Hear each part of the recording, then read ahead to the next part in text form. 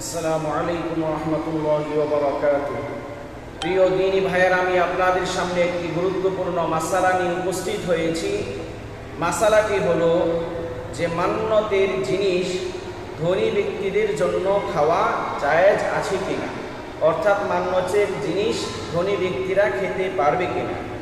এটার উত্তর হলো, সাধারণত আমাদের দেশে অনেকেই মান্যত করি, যদি আমার অমুক কাজটি হয়ে যায় কিংবা অমুক বিপদ কেটে যায়, তবে আল্লাহর ওয়াস্তে মসজিদে মিষ্টি বা শিরনি দিব।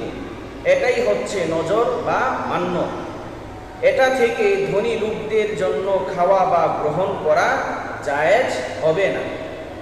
এটার দলিল হলো যে রদ্দুল মুখতার 2 নম্বর খণ্ড 339 পৃষ্ঠা এবং ফতোয়ায়ে দারুল উলুম দেওবন্দ 12 নম্বর খণ্ড 85 পৃষ্ঠা।